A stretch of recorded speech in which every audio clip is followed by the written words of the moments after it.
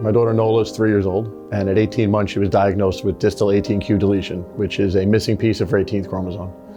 The way it affects her is that she's got a lot of muscle weakness, she has difficulty with speaking, and she has some cognitive delays that cause her to every day have to struggle to meet certain goals and certain expectations for a child her age. Early on, we started to notice she was missing her milestones, sitting up, crawling, moving her head, making eye contact, and we got her enrolled in early intervention because our doctor told us it was normal that every child develops at a different rate.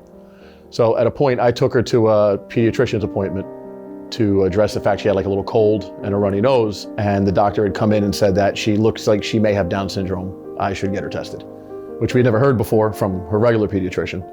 So we did the genetic testing, not really expecting much because we knew that she didn't have anything because we reassured she was perfectly fine all along the way. About 2 months later, we came back and we got the genetic results at her regular doctor's appointment. He came up with a printout from Google and told us she didn't have Downs, that she had distal 18q deletion. And unfortunately, he didn't know much about it. And we would have to find a geneticist and somewhat research it on our own. The first initially is shock and there's disappointment and there's fear. You go through very real steps. Don't focus on that. Don't focus on the diagnosis. Don't wish things would be different. Don't blame, don't get upset. It's not about that. Without my diagnosis, without Nola being diagnosed, my life would be very, very different, but in no way would my life be better. My mission with Chromosome 18 is to, first and foremost, bring awareness of this condition. It's categorized as a rare disease. To be a rare disease, you have to be under 200,000 diagnosed cases.